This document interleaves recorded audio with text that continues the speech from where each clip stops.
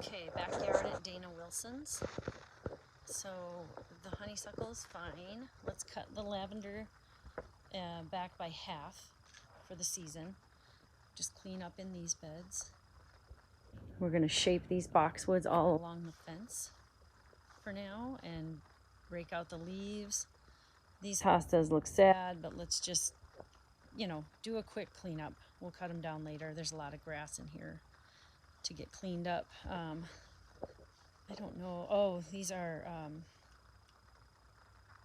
my gosh, my brain. I'll think of it. Anyways, needs to be trimmed.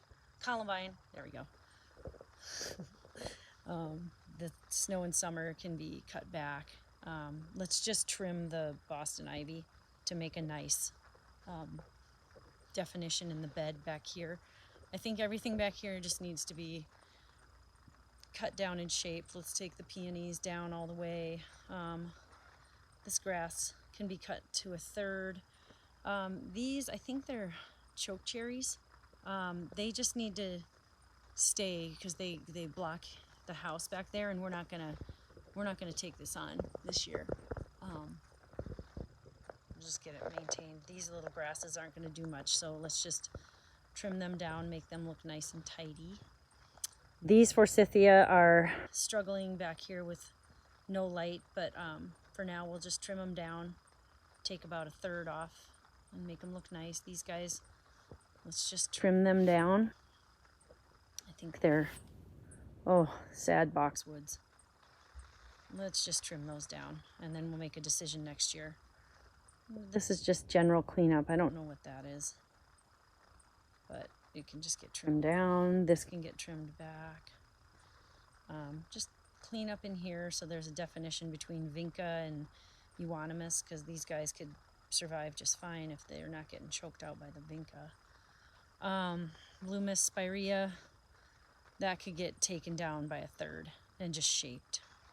And then again, just clean up and leave these two grasses alone. I think that's kind of all that's going on there. Let's take the red hot poker again all the way down. The gladiolas, let's be done with the gladiolas. They'll come back next year. And then again, more red hot poker. I'm calling it red hot poker. I know there's a Latin for it, but it's all over the yard and it can come down. And then this pot of hens and chicks, again, just we gotta pull this Boston ivy down a foot. I don't mind it growing over, but let's start fresh next year and bring it all down.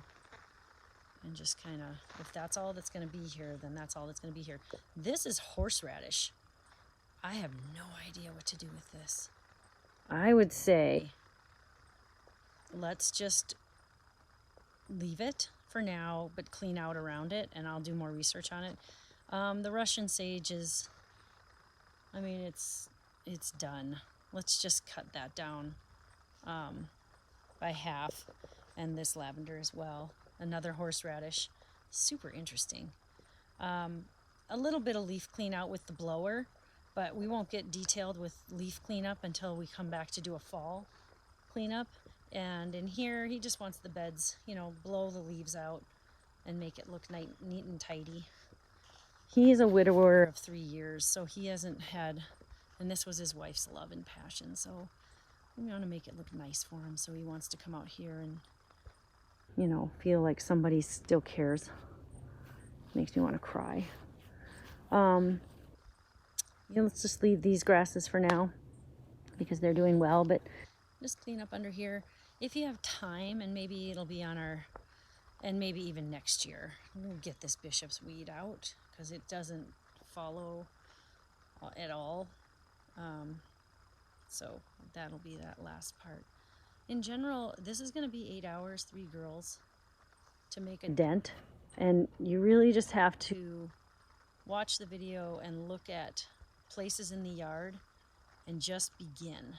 And take lots of step backs and look at what will make a difference and what won't make a difference, because we'll come back and